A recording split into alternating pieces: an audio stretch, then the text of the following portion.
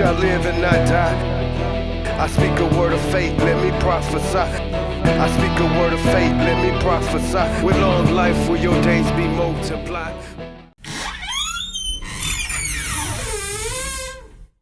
You will live and not die and declare the mighty works of the Lord. Welcome to Set Free Podcast. I'm Abel. Hey, and I'm Ryan, and we're here today with a really good friend of mine, Tyler Smith with Misfits Missions and The Hiding Place. And Tyler, why don't you just introduce yourself and tell us a little bit about just what you're doing now, and we'll dig into your story here in a minute. Yeah, so Tyler Smith, I run a nonprofit, Misfits Mission, and I serve women coming out of prison through a live-in discipleship home that they come into once they've been released, called The Hiding Place. And so that's kind of where we're at right now. Yeah, so I've known Ty, probably known you, 7 years, 8 years probably? Yeah, 2018. Yeah, we've thugged it out together in some places. And, we just wanted to get you, the Set Free Podcast is to help to tell guys and gals stories of just transformation that Jesus has done in our life. And Amen. I'm sure the world would like to know a little bit about your story. Like, how did you grow up? Where did you grow up? Let's take it back all the way to the beginning. Yeah. So grew up, I was born in Tulsa, Oklahoma, and I don't remember a whole lot about my childhood. I moved around a lot when I was younger, and all I know is that we ended up in Slidell, Louisiana, and that was not the greatest place, you could say, for me to be raised, I guess, real close to New Orleans, so I spent a lot of time there as I got older, but there was no foundation of God in my home, and my parents had divorced when I was 8. And my mom met and married my stepdad years later, who was an abusive and crooked police officer. And so I would see this man wear this badge that said to protect and serve, and he'd come home and he would become very abusive, mentally, emotionally, physically abusive. And so at a young age, I had a very warped idea of what fatherhood was, of what authority was, and of what love was. And my mom was very scared of him. I think just like, we all do or have, when you're in a new relationship and you put your best foot forward and so when my mom, after she had married him and the mask started to come down and she realized actually who he was, she was really scared. And so out of that, her own fear, she kind of acted out of her own fear with her behaviors and trying to parent me and all the things. So, so that's kind of how my upbringing was. And a friend of mine had invited me to church when I was 12. And I just remember going to this church feeling a belonging and feeling an acceptance that I didn't feel at home. And so every Sunday thereafter, for the most part, my mom would drop me off and pick me back up. And I remember at one point the pastor giving the invitation to accept Jesus, and I did. But I had no idea the magnitude of the decision that I had made at that time. There was no one coming alongside saying, hey, do you understand the decision that you made? Can I disciple you? Can I mentor you? And so I just, would go back home to darkness and dysfunction. And, needless to say, eventually the darkness overpowered the light in me. And I found myself on the streets of New Orleans. Did you have siblings or anything like that? That was one of the questions I was thinking. So my dad has 7 kids, and I'm my mom's only child. Mm-hmm. Your biological dad? Yes. Okay. Yeah. So you just grew up with it was just you, your stepdad, and your mom for the most part? Correct, yes. Okay. Mm-hmm. And was he abusive to you and your mom as well? Absolutely, yeah. Was he drinking or? Yes, yeah. He was a heavy drinker. Okay. Mm-hmm. Yeah. It's so funny. I think the more and more that we do these, one thing I notice is that every time we've talked to somebody so far, and I know this is my story included, and maybe it is yours as well, is I see everybody we've had on here like giving their life to Jesus at a young age, but then get set off like on a different path, And I don't know. It's just a common denominator I've noticed. Mm-hmm. So I don't know. I think that's pretty cool that even in our mess, God honors that, and probably initiated it. Yeah, and I truly believe that, it was that, accepting Jesus at 12 years old is what kept me alive many years later when I was on the streets and addiction. You know what I mean? Yeah.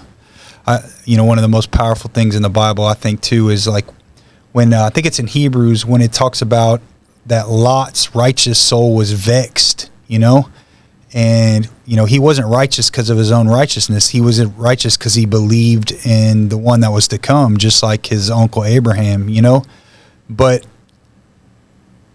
even though he was in that hot mess, he did some terrible things, lived amongst some terrible people, that God still counted him as righteous, and rescued him out of, that out of Sodom or whatever, So yeah, it's good. Yeah. So take us back to you were in school. Did you graduate? You dropped out. How did that work out? Yeah, I barely graduated. Went to high school, and it was really, really hard for me. Just trying to fit in and never, fit in with anyone, or, and then in trying to fit in, doing what everybody else was doing, hoping that I would gain some kind of acceptance or belonging with them. And so that was really difficult. And I skipped a lot of school, so much so that I remember being in the principal's office and he said, "I'm sorry, you're not going to be able to graduate." And I begged and pleaded with him. And now I can look back and see, even in that moment, like, God had mercy on me, even when I wasn't following him. You know what I mean? That he had mercy on me, and through the principal, he was merciful, and I was able to still walk and graduate. And from there, I graduated, and I tried to go to college for 3 weeks, and I ended up dropping out. And at the time, I was in the restaurant industry, and just spending every dollar that I made, going out partying every night after I'd get off of work. And I just wanted to party. I'd rather party than go to school. And so I ended up dropping out. And from there, that kind of began this cycle of, it just started with alcohol and, just the smoking weed. That's all I'm doing. I'm just smoking weed. I'm, all is good until, actually, I would take that back. Even in high school, somebody said, "Hey, she had introduced me to acid and told me it was $5." And I was like, "Yeah, give me 3 hits." And I took all of them at once. And anyway, so that actually, it started while I was still in school, this addiction to drugs. But after I dropped out of college, then I would say, like I said, I was still in the restaurant industry, but it was just really one bad decision after another, to be honest, so much so until I ended up on the streets of New Orleans. Okay. And so I ended up on the streets of New Orleans. And at this point, I was dancing in entertainment clubs. And again, just every dollar that I made, I would turn around and spend on getting the next high. And so I say I was on the street. So when I was in the entertainment clubs and I was making this money, I would buy the dope, and then I would get a hotel room. And then it got to a point where I wasn't able to do both. So I had to make a decision. Am I going to buy dope, or am I going to get a hotel room? And I bought the dope, and that's how I ended up on the streets. And by dope, you were saying it was crack? Cocaine at this point, yep. Yeah. So cocaine, ecstasy, crystal meth, anything of that nature. And so ended up on the streets, and at this point now I would just go into the club every once in a while to try to make a little bit of money, but again, I would just spend that money on getting the next high. And I did have a car at the time, which I wasn't paying on. So I was, it was illegal, but it was just sitting in a parking lot. So I was either sleeping in Jacksonville Square in New Orleans, or I would sleep in my car. And I decided at one point, if I was going to live my life like this, that I wanted to move to Florida and be on the water. If I was going to be homeless, if I was going to be on the streets, I at least want to do it on the water. Now, I will say at this point, I've already been arrested 3 times in New Orleans. And each time my mom bailed me out. And I was arrested, I think they were drug possession charges at the time. I don't remember. But my mom bailed me out each time. So now I'm in my car. I went to the club one day. I made some money. I was able to put some gas in my car, and I decided to head to Florida. And I had no idea what part of Florida I was going to. I just knew that I wanted to get there. And so I ended up I didn't have that much money, and I was running out of gas. And so I stopped at, I remember it's a San Marco exit in Florida. So I get off on the San Marco exit, and I go to the extended stay hotel, because this is before Google Near Me on our phones. Yeah. And I got the phone book, and I found the nearest strip club. And so I went into that club that day, made some money, and was able to get a hotel room that night. And that night I ended up meeting with some crack cocaine dealers. And they said, hey, if you'll drive us around to all of our spots, we'll keep you high on crack. Yeah. And I was like, yeah, okay, bet. That sounds like a good It's a good transaction business to deal. me. Yeah, Yeah. for Back sure. then, yeah, absolutely. I've been in that road before. Yeah, they kept me high as a kite for about 2.5 weeks until we got pulled over. And cop makes us get out of the car, searches the car, finds the dope, finds the paraphernalia, takes us all to jail. And I'm thinking, no big deal. My mama's going to bail me out. I ain't even worried about it. And I called my mom that 4th time from jail, and she said, Tyler, if you're going to live your life like this, I can't have anything to do with you. Yeah, good for her. Yeah, yeah, yeah. Yeah. I didn't understand that tough love at the time. Yeah. You know what I mean? So I set my time in, and when I stepped out of Jacksonville jailhouse, I had absolutely nothing but the clothes on my back. Everything, what little bit that I owned, was in my car. My car had been impounded. I'm in a foreign city and a foreign state. I have no idea where my car has been impounded to, even if I didn't have any money to get it out. Right. So I literally just started walking the streets. Yeah. And that was in Jacksonville, you said? Yes. Okay. Yeah. How long were you doing that? Like, On the streets? yeah, in Jacksonville. Yeah, so many years. So I remember at one point when I was locked up, these girls talking about prostitution. And I said, when I was on the streets that time, I said, okay, this is it. This is what my life has come to. I'm going to be a prostitute on the streets. Mm-hmm. And so I found my first, what they would call trick. And found my first trick, made some money, and then found the dope. And then that became a very vicious cycle. Yeah.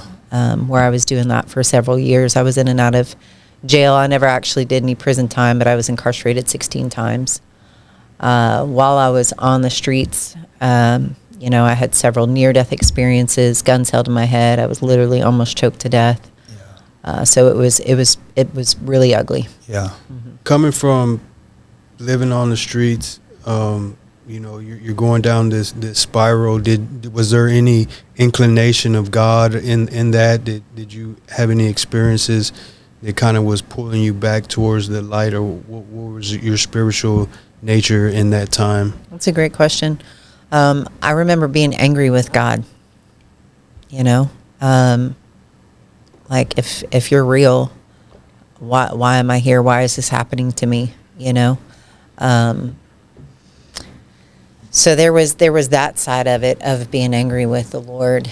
And then there was also there was a couple of encounters that I had, spiritual encounters that I had, that God was showing me that he is real, mm-hmm. and that he is there, and that he does have his hand on me.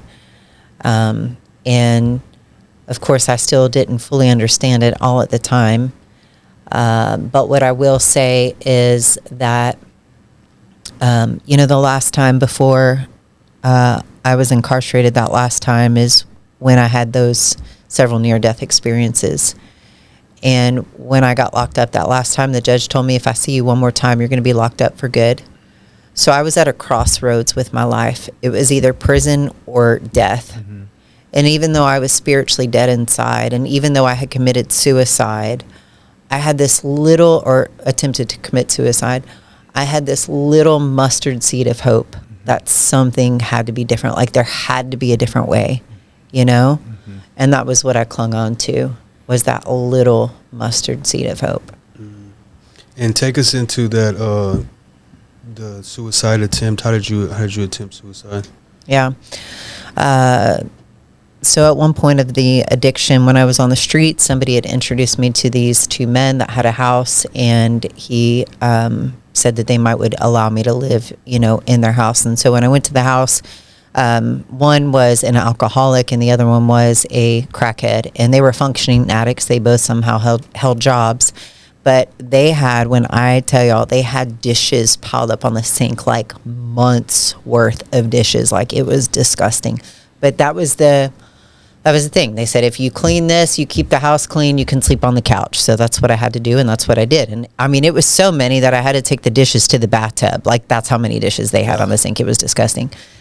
So I was there for several months, and, you know, just going out, doing what I need to do to get the next high or whatever. And at one point, I decided that I was going to kill myself, and I found some pain pills in the alcoholics medication cabinet. And so I had it all premeditated. I had it all planned out. You know, the following day, I was going to attempt suicide when these guys left to go to work. And so when they left, I basically guarded the doors with like furniture so they couldn't come in if they tried to on their lunch break. You know, barricaded. Yeah. You know, front door, back door. Wanted to make sure I had all things covered. Nobody was going to stop my plan. Went into his medication cabinet, got these pills, and I sat in the bathtub, and I counted at least 20, and then I probably took another 5 or 6 after that. And so my hope was that I would, you know, end up falling asleep, pass out, and drowned in the bathtub. And that didn't happen. Yeah.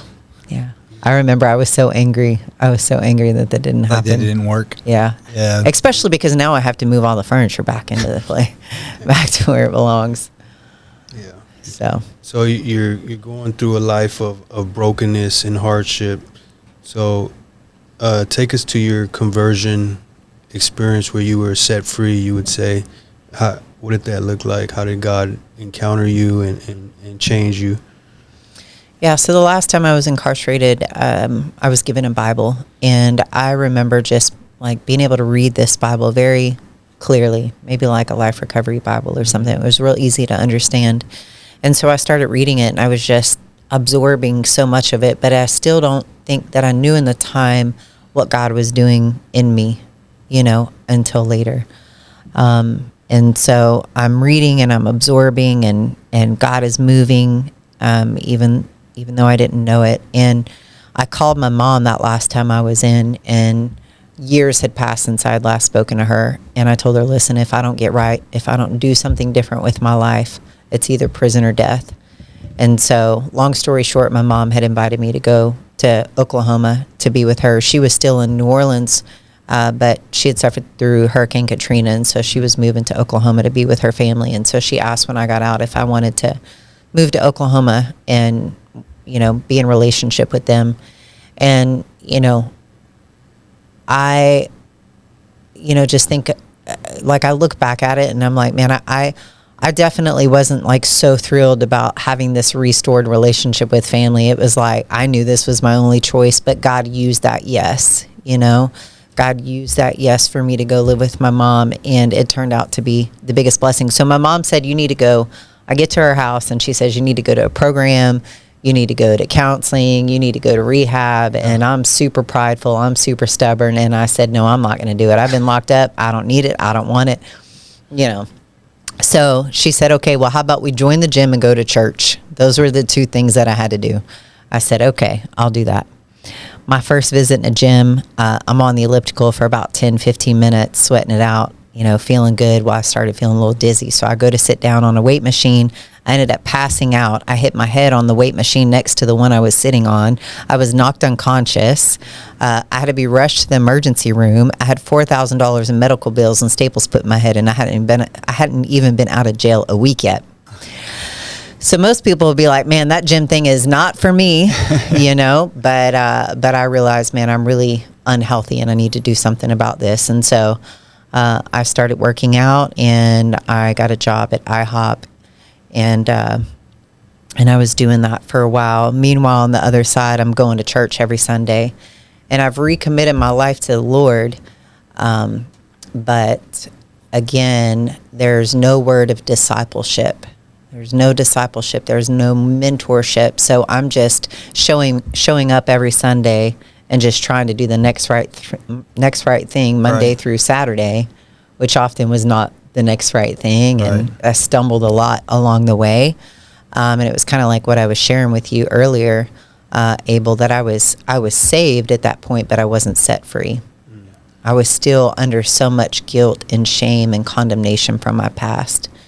You're fighting stuff in your own strength a lot still. Like you said, like you're going to church, you're doing what you think you need to do, but really every day between Sunday to Sunday, it's like, man, I'm just hoping I don't screw up a whole bunch. Right. You know, or I don't. Exactly. That's, I mean, and it's like there's a bit of the truth there. You know what you need, but there's not you're still learning how to, you're battling in your own strength. Yeah, you don't know how. Like, yeah. I'm just trying to stay sober or whatever. Right.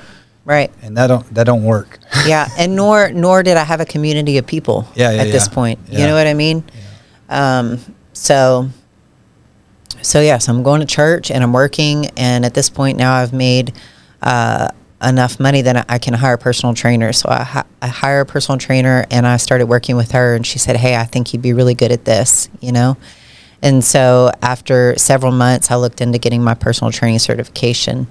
And by 2009, so I was released in 2007. By 2009, I had a personal training certification. And I remember just being in my car and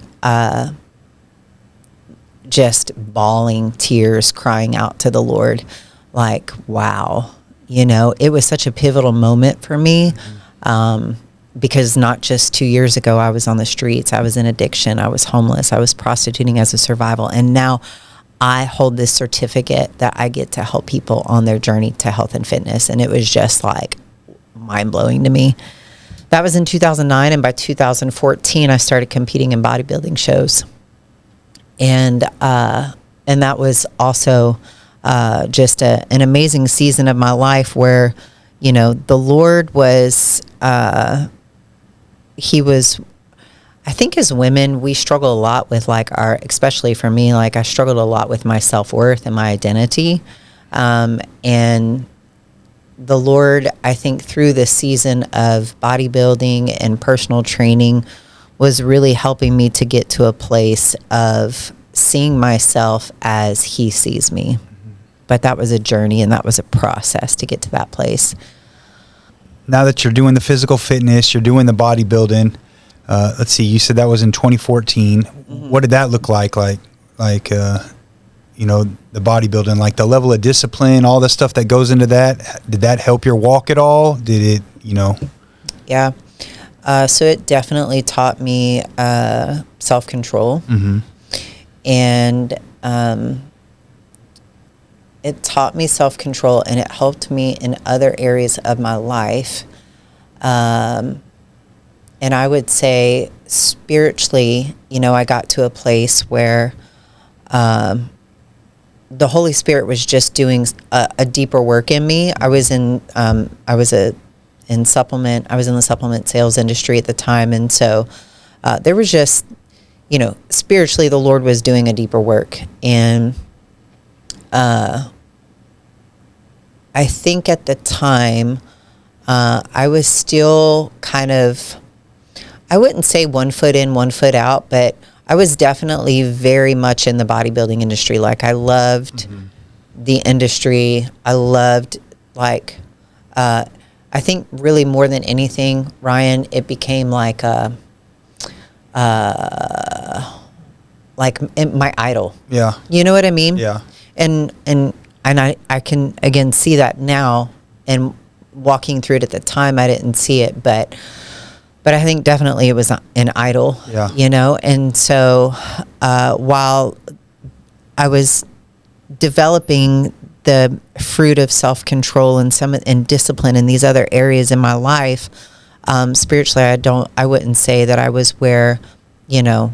Yeah, you weren't finding true fulfillment yet. That's right. Yeah, yes, yeah. that's a good way to put it. Yeah. Mm-hmm. Were you still in Oklahoma then, or how did you get to Houston, and when did that happen? Yeah, so I had moved to Dallas. So I was in Oklahoma, and then I had moved to Dallas, and I was in Dallas for a couple of years working in the supplement industry, and I was going to move to Waco at one point, and the build out it kept getting pushed back, the building I was going to move into. So I came to stay with some friends here in Houston. And while I was here in Houston, God just started opening up these doors, like mentoring and going into the juvenile detention centers and attending these big galas, you know, where they're raising hundreds and thousands of dollars in a night, and I'm being asked to wear a ball gown, and I'm just like, how did I even get here in this room? You know what I mean?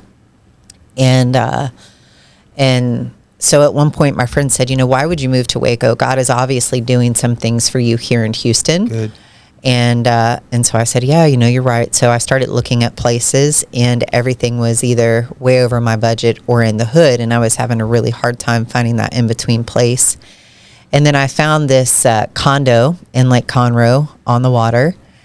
And the only time I've ever audibly heard God in my spirit, it was when he told me that that was my home. Yeah. He said, this is your home. And so I turned to the realtor and I said, okay, this is it. And she said, okay. So, and I was just going to rent it. And the next day she calls me and she says, hey, I have good news and bad news. Good news is you got approved for the rent. Bad news is the owners decided they wanted to sell it. Anyway, at that point, I'm just like, okay, but God said this is my home, and I don't want to like rent a place and have to turn around, move back out. So I went on a journey of trying to buy this home, and I'm thinking there's no way this is even possible. I don't have the money. I don't have the credit. Yeah. I don't have back years of taxes paid, like all the things. But when it's God's will, he just moves mountains and makes it happen. Absolutely. And that's what he did. Yeah. At this point, I'm still working in the supplement sales and Doing pretty well for yourself there. doing pretty well. Yeah, for the first time. Yeah. And shout out to 5% Nutrition. They definitely helped me get my feet on the ground for sure. And then I was given the opportunity to share a little bit of my testimony at the Berry Center on Easter Sunday for a church, big mega church. And Dennis Turnipseed was at one of those services. And he came up to me afterwards and said, hey, I really think we, should connect. And so that week we met for coffee. And a week later, I stepped down from my position with 5% and went into ministry. Yeah. Yeah.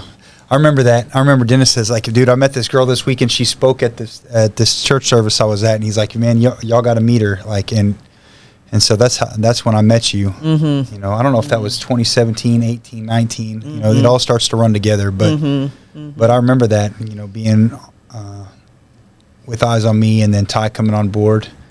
And, what baffles me, and I'll hijack a little bit of your story here for a second, is buying that condo, knowing it was your house, and then God says, okay, here's another path. Yeah. And then kind of doing that. What was that like, Yeah, and it's I guess pretty funny because tell everybody what happened, I guess, As far as what?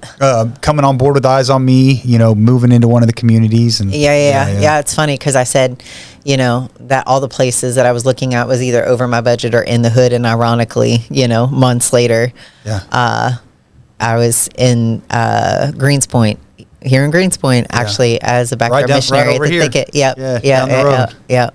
So here, sell your house and come move into the hood. I tried to rent it out for a little while and did that, and then I ended up selling it, and God blessed it. God blessed that for sure. So that was really cool. So was a missionary for Eyes on Me for about 2.5 years, and COVID happened, and I spent a lot of time in the prayer closet. I do want to say too, like at this point of coming on board with Eyes on Me, up to this point, I still hadn't heard the word discipleship. Like honestly. And then coming on board with Eyes on Me and understanding what it means to be a disciple of Jesus and then to disciple others is really where that began to take root and grow. So I'm very, very thankful for that. Yeah. So Eyes on Me is an inner city ministry in Houston that when they changed up their mission statement now, so I probably won't get it right, but Eyes on Me back then existed to mentor, serve, and disciple at-risk youth and their families, right? And it began with an outreach to youth. Our founder, Trey Nine, was reaching kids in the 5th Ward with an outreach called Hip Hop Hope. And it grew from that to growing into, at one point they were in 10 inner city communities where we were doing a lot of hip hop hope outreaches. But during COVID, we kind of after Hurricane Harvey, we scaled back, and we planted ourselves in 5 different communities where we would plant backyard missionaries. I was one in Brookshire, Ty was one in Greens Point, brother of ours AZ was one in Sunnyside. We had a buddy Grateful that was one in Bay City, and my boy Driv was one in Fifth Ward, right? And so we would plant backyard missionaries that lived in these communities amongst the folks, and began to walk with them and introduce them to Jesus, began to walk with them on a daily basis, and began to disciple them. And so shout out to Dennis Turnipseed, he's the executive director, Trey Nine, the founder. And we're actually in their God's Point Mission Center right now. This is where we do our studio at. And so God has used Eyes on Me in a lot of our lives. Yeah. And they continue to do great work in and around Houston. And they give folks like Ty and myself that, Abel and some of us that have some, colorful pasts, an opportunity, to really serve God. And, they really helped foster that in me and cultivate that in Ty. And so, yeah. 100%. It was the jump off point for me being in ministry, and same. Ty as well too, so. Mm-hmm. Yeah. And I'll just say, being a missionary in Greens Point, I was one of the only white girls in the hood. Right.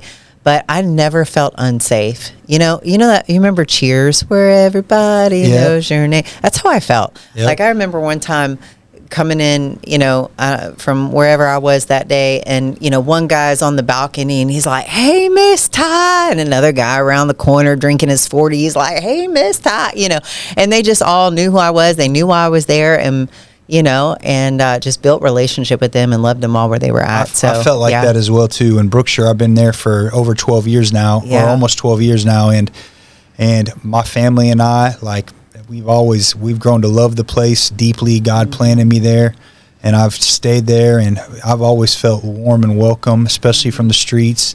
My family's always felt safe. I've never had there's been some instances, the devil's always trying to stir up something, but overall, man, it's just been a good place, so, there's brokenness everywhere. Too. Yeah. I'm there too now. That's right. Yeah. Ty lives we'll get to that in a second, but yeah, Ty lives in Brookshire now. Yeah. And so, anyway, so you went from Greens Point, and then, then during COVID, God starts planting some transition in your heart. Spent a lot of time in the prayer closet during COVID. And I just knew that God was, I felt a shift happening again. And so, through Kristen, my best friend Kristen, and she was really under the discipleship of Guy and Kelly Caskey, and she had invited me to a retreat that they were all a No Place Left retreat. And so we all go to this retreat, and one day Kelly had asked the ladies, specifically the men were in the room with us, but had asked the ladies to share a dream that was on their heart. And I had shared this dream about Misfits Mission that the Lord actually gave me in 2010. So let me backtrack to that. I'm leaving the gym in 2010, and I'm sitting at a train track, and I'm waiting for this train to pass, and the Lord just downloads this word misfits. And I'm like, misfit, where are you going with this? And he said, you used to be a misfit, but now you're misfit. And I just knew that was from the Lord, because I'm just not that clever. Yeah. Absolutely. So I'm like, yeah, Lord, let's go. And so of course I'm asking him, like, what is this misfits? Like, what do you want with this? And he said, to empower and encourage women that are or have been incarcerated, how to live a healthier lifestyle, physically, spiritually, mentally. And so I'm like, yes, let's go. Let's do this. And he said, no, it's not time yet. Pump the brakes. And so I put that dream on the back burner, and that dream sat in the incubator for 11 years. And in November of 2021, when Kelly had asked that question, and I shared about this dream of Misfits Mission, and her husband Guy was there, and Guy, he was like, let's go. And Guy has a huge heart for prison ministry. And so he hears this, and he's like, yes, let's go. And by January, with their support, and, through the help of others, I was able to launch Misfits Mission. Yeah. Shout out to Guy and Kelly Caskey. Yes. With the M4 Network. Y'all need to check them out, man. That's another couple that has spoken into both Ty's and my life at a very deep level. Guy's my spiritual pops. He married my wife and I. Man, took me to Ethiopia. He does raising up leaders globally and locally for 3 decades at least now. So just shout out to them. Love you guys. Yeah, I love you. Yeah, so so that was it. And at this point, I had left the apartment with Eyes on Me here in Greenspoint and moved into an apartment with my best friend Kristen. So her and I started doing life together real close. And that was a beautiful season of getting to walk closely with her. She's an amazing human being. And so shout out to Kristen Funderburg. And also has had a very deep impact on my life. Absolutely. And so... So I start Misfits, and how Misfits started was kind of like a mobile gym where I was going into. So the idea was to get into prisons, but because of COVID, the prisons were still shut down, so I wasn't able to get into them. But God started opening up these doors in transition homes, sober living homes, rehabs all over Houston. And so I would pull up in my car, and I'd have all the gym equipment in the car, and we'd get it out. We'd do a workout, and then I would sit down and have a time of discipleship with them. And it was incredibly fruitful, and God blessed it. And the time of discipleship was always my most favorite time with these ladies. But it was also incredibly exhausting. You know, Houston is a really big place, and I was driving 5 to 6 hours a day from one facility to the next, and I was running myself into the ground, running my car into the ground, and I just knew that this wasn't a long-term sustainable model for the ministry. And so that's when I started praying and asking the Lord, what are the next steps for this ministry? And that's where he birthed The Hiding Place. That's where that came from. I strongly believe, you know, the word says that God is no respecters of persons. What he does for one, he does for the other. And quite honestly, The Hiding Place was not really on my radar. It wasn't a dream that I had set out to do from the beginning. I thought I was just going to do this mobile gym thing, you know, in the transition homes and prisons. And God's plan is always so much greater and better and bigger than our own. And so, you know, he had told me about this discipleship home, that I was to open up a live-in 12 to 16 month discipleship home. And I was like, okay, yeah, you know, like, yes, Lord, send me, I'll go, right you know. But I didn't know how it was going to happen, you know. I started pursuing, you know, big banks, small banks, profit and loss loans. And because the ministry was so new, there was no long-term sustainable income.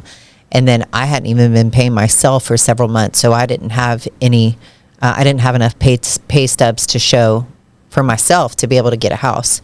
And so I just remember crying out to the Lord in December of 2022. And I just said, God, this is your plan. This is your vision. And I've done everything that I can. Like, my hands are tied behind my back at this point. I don't know what else to do. Yep. So if you want this house to happen, then you're gonna have to make it happen. And in January, my realtor sent me a listing in Rosenberg, and I said, no, that's way too far. I don't know anybody out that way. No, like, I just absolutely not. But I kept looking at the pictures, and the pictures looked really nice. Mm-hmm. You know, when they take pictures of houses and they make them look really good. Yeah, it's a whole business, man. It really is. Great, yeah. Yeah. So I'm like, well, maybe I'll just go look at it. So I went and looked at this house, and I'm telling y'all, when I walked in, it came alive. I could see it all. I could see the soaking room. I could see the classroom. I could see the gym in the garage, the girls' bedrooms. Like, it just came alive. Absolutely. And so I called my board members, and I'm like, y'all need to come here and reel me back down to earth. Cause so they did. And they both said, this feels like The Hiding Place, the two at the time that came. And how the Lord even gave me the name The Hiding Place was another whole God thing, but we'll save that for another day. So the problem was we still didn't have the money. Yeah. You know, okay, we've got the house. We feel like this is it, but we don't have the money. Right. And that weekend, they did an open house at that house, and it ended up going under contract with someone else. But do you know when you just know that you know that you know? And so every day I'm looking at hard.com, and every day it's like pending. And about 2.5 weeks later, it was active again. So I screenshot it. I send it to the board. I send it to the realtor. We all start praying. Meanwhile, the Lord had told a husband, there was a couple that I was walking closely with, that I do walk closely with, and he had told the husband, you can bind your heart to this mission because I'm all in it. And they ended up co-signing for us to get this house. So we closed on March 10th of 2023. And there was about 10 of us that went there, and we just prayed heaven down into all the rooms and on the land, and it was beautiful. And after it was all said and done, one of the other couples said, hey, when do you anticipate on moving in? I was still living with Kristen at the time. And I said, well, I don't know. I mean, I definitely need the essentials like a washer and a dryer and a refrigerator. And the wife texted me the next day, and she said, hey, go to Best Buy, pick out a washer and dryer and refrigerator. Our family wants to bless you with one. And so that week I'm waiting on the appliances to be delivered, and I get a call from another lady, and she says, hey, how many beds do you need? And I said 5. And she said, well, I just got a call from a mattress company that's going out of business, and I'm on my way to you with 5 new pillow top mattresses. Yeah. Like, it was literally just one miracle after another. Like, absolutely. You can't miss the hand of God on it. Jesus. Yeah. And so, and then we started having these vision gatherings and inviting people in and raising awareness, and that's how the whole house got furnished. And like, it truly just, like, I love talking about it because God it's so evident. You know what I mean? Yeah. And anyway, and so I was going to say, so you moved into the house. So it's just funny. I love when God does stuff like this, because first of all, anybody out there, man, if God's putting a vision in your heart, it's His job to pay for it. Like, that's right. So you need to hold Him to it, and He's that's faithful. Right. He will provide. I promise. But in reality, what I want you to know is that that's the easy part. Mm-hmm. Let's get to the tough part. Mm-hmm. All right. So, like, you move into the house, you got girls living with you. Like, so I had one girl. My first girl was like September, and I had started the house like with kind of all open, because it's my story, all walks of life, prostitution, addiction, incarceration, all the things. So I'm thinking, I'm not going to limit it to just incarceration or sex trafficking. I'm going to have all walks. And so I get this one girl in, and she had been on the streets, and she had been in prostitution, and bless her, she was highly demonized.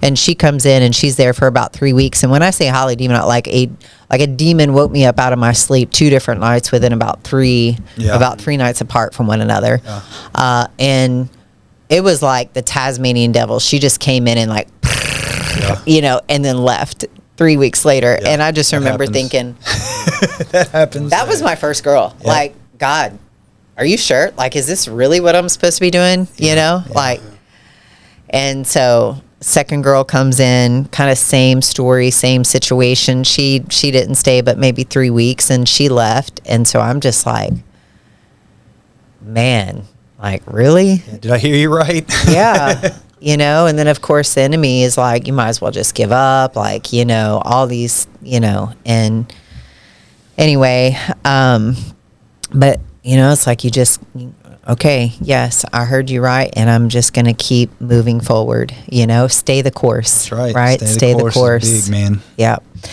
And so that's what I did. And the Lord, from after those first 2, really like had me refine my lane. Like, pick a lane, get in it, stay in it, and then maybe in the future, once you build a strong foundation, you can open it up a little bit more.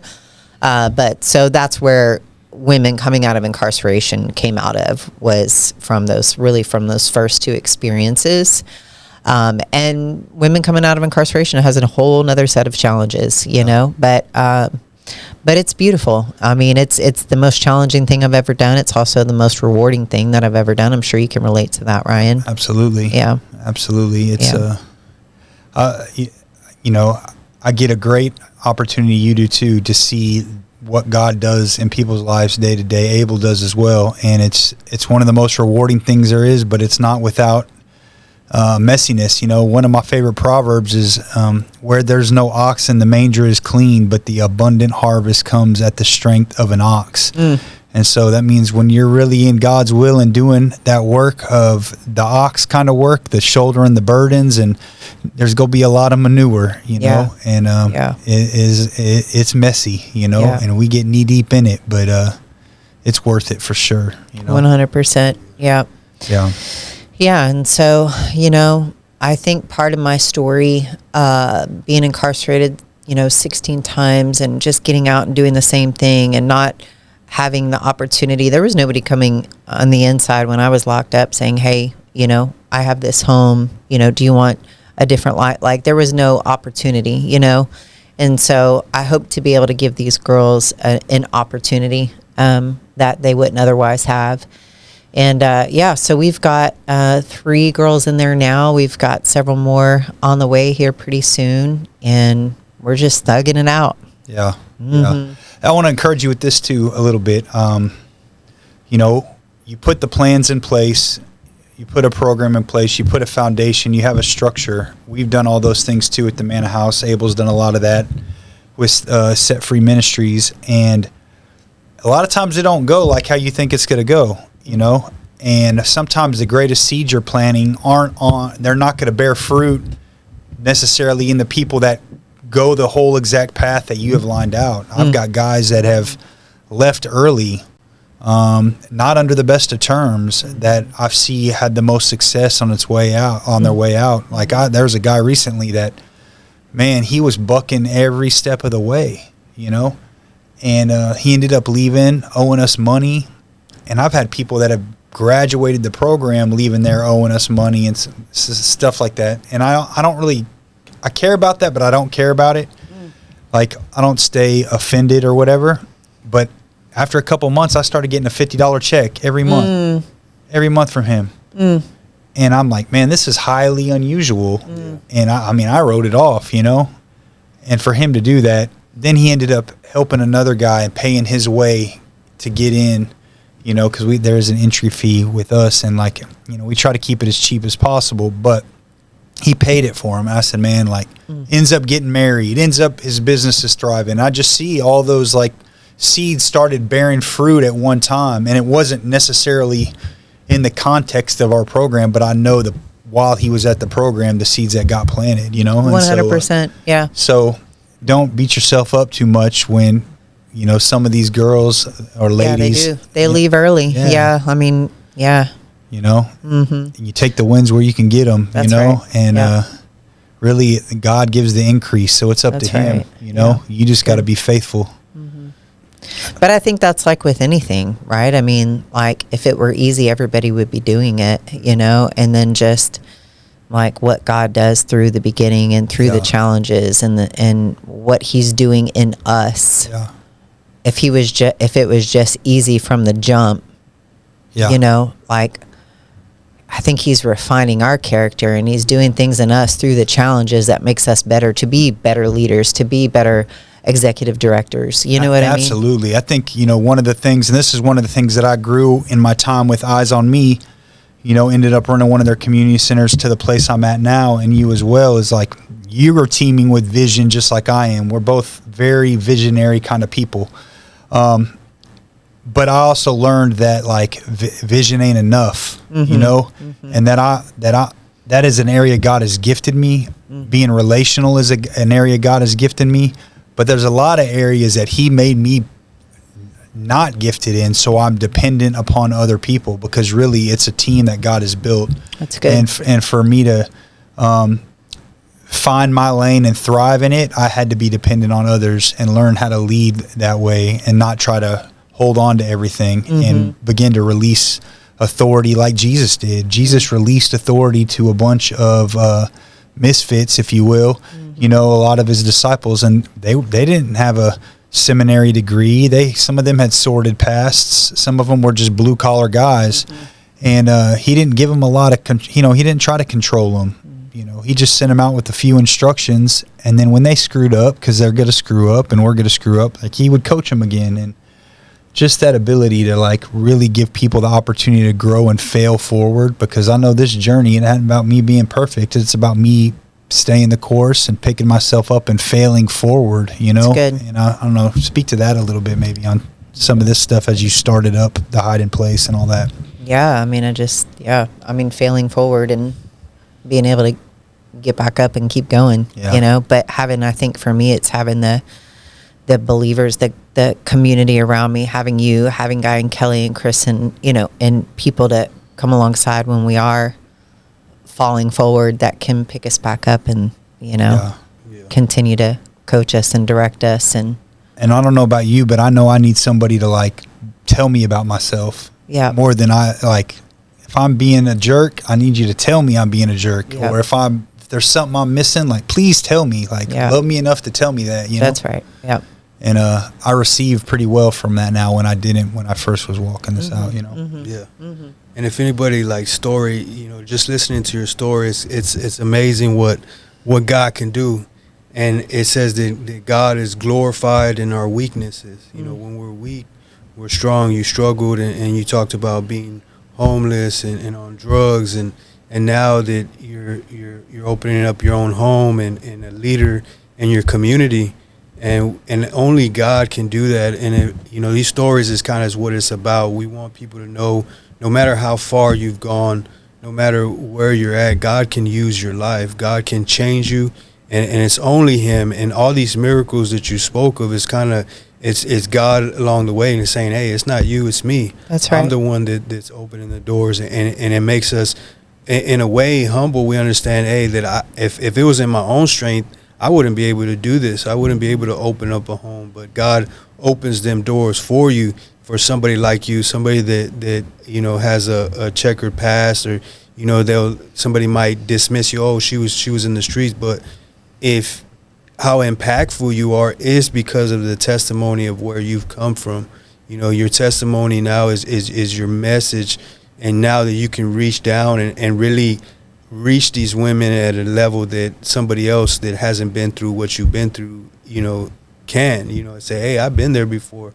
I've been through what you've been through. And not a lot of people can say that. Not saying that you have to go through all that to be able to reach somebody, but it's amazing how God uses someone's life that, you know, somebody probably think, hey, man, she's probably never going to be nothing. She's never going to, but God is but God, you know. Mm-hmm. When He intervenes in your story, He can transform your life and make something wonderful out of a mess. If all you have is brokenness, God can take that brokenness and make something amazing from it. Absolutely. 100%. Absolutely. That's good. Well said.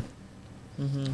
So for anybody out there that your home is dedicated for women coming out of prison, or maybe somebody would have a family member or somebody, we just want to like kind of put some contact information out there. How can people reach you if they know somebody that might be needing your assistance? Maybe tell people how to find you and where you're located. Yeah. So Tyler Smith website, www.misfitsmission.org, and the email is tyler@misfitsmission.org.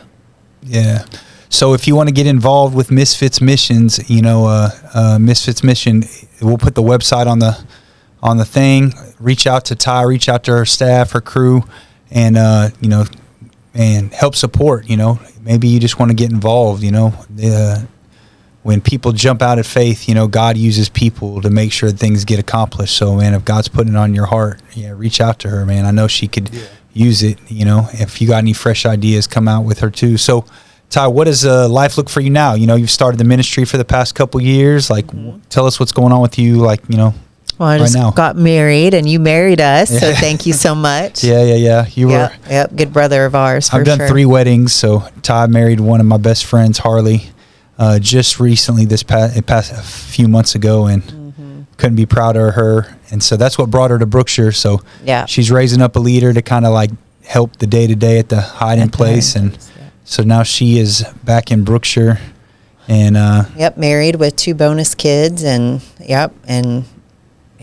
learning how to be a wife, and a mother, and a ministry leader, and learning how to do all those things. It's pretty it's all peaches and cream and all the time. And candy canes and gumdrops. Shout out to my husband. Yes, love him so much. He's such a great support. Absolutely. You know, one of the things that I think makes us such a I'm so excited to see what God's going to do through our marriage, you know, as we continue to just give our marriage to Him, and but just with His experience through the Manna House, and like what he's been through in his life, and then him going through the Manna House, and like he gets it. Yeah. You know what I mean? Yep. He gets it. So he just is all in. He supports it. He's my sounding board when I need advice. Absolutely. So that's been just so beautiful. He told me the other day, one of my girls that left, and we were just talking about her and just kind of some things that she just bought herself a camper, which is great, praise God. But Harley was like, he said, when I graduated, I wouldn't even buy a stick of gum without asking him. Oh, It's absolutely. okay. I have him come talk to the guys. So Harley's on my board at Manor House, and he was a resident there as well, as was I.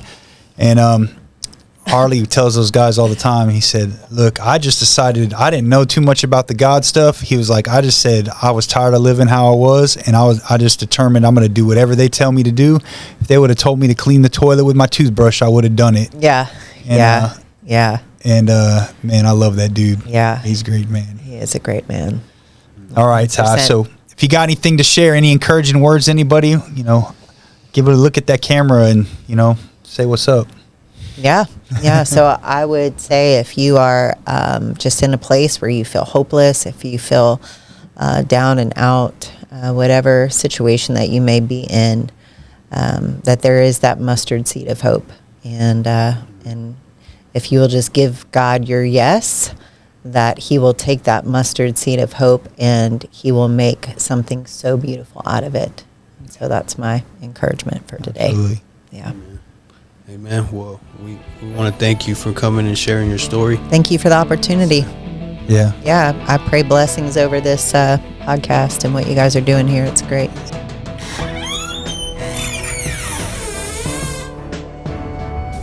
What's up, everybody? It's Ryan. Hey, I just want to invite you to like, subscribe, and share all our episodes from the Set Free podcast. You're going to hear powerful stories of how God has transformed regular folks' life through tons of hardship and hurt and trauma. So we need your help to get God's word out. Make sure you like, subscribe, and share today.